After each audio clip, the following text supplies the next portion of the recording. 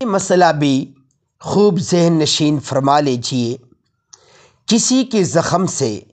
ذرا ذرا خون نکلنے لگا، اس نے اس پر مٹی ڈال دی یا کپڑے سے پونچھ لیا، پھر ذرا سا نکلا، پھر اس نے پونچھ ڈالا۔ اسی طرح کئی دفعہ کیا کہ خون بہنے نہ پایا، تو اب دل میں سوچے اگر ایسا معلوم ہو کہ اگر پونچھا نہ جاتا تو بہہ پڑتا تو وضو ٹوٹ جائے گا، اور اگر ایسا ہو کہ پونچھا نہ جاتا تب بھی نہ بہتا تو وضو نہ ٹوٹے گا۔ تو میرے محترم سامعین، اس میں آپ کے سامنے دو چیزیں ہیں کہ آپ دیکھیں کہ جو خون بار بار بہہ رہا ہے، اگر آپ اسے نہ پونچھتے تو وہ نہ بہتا،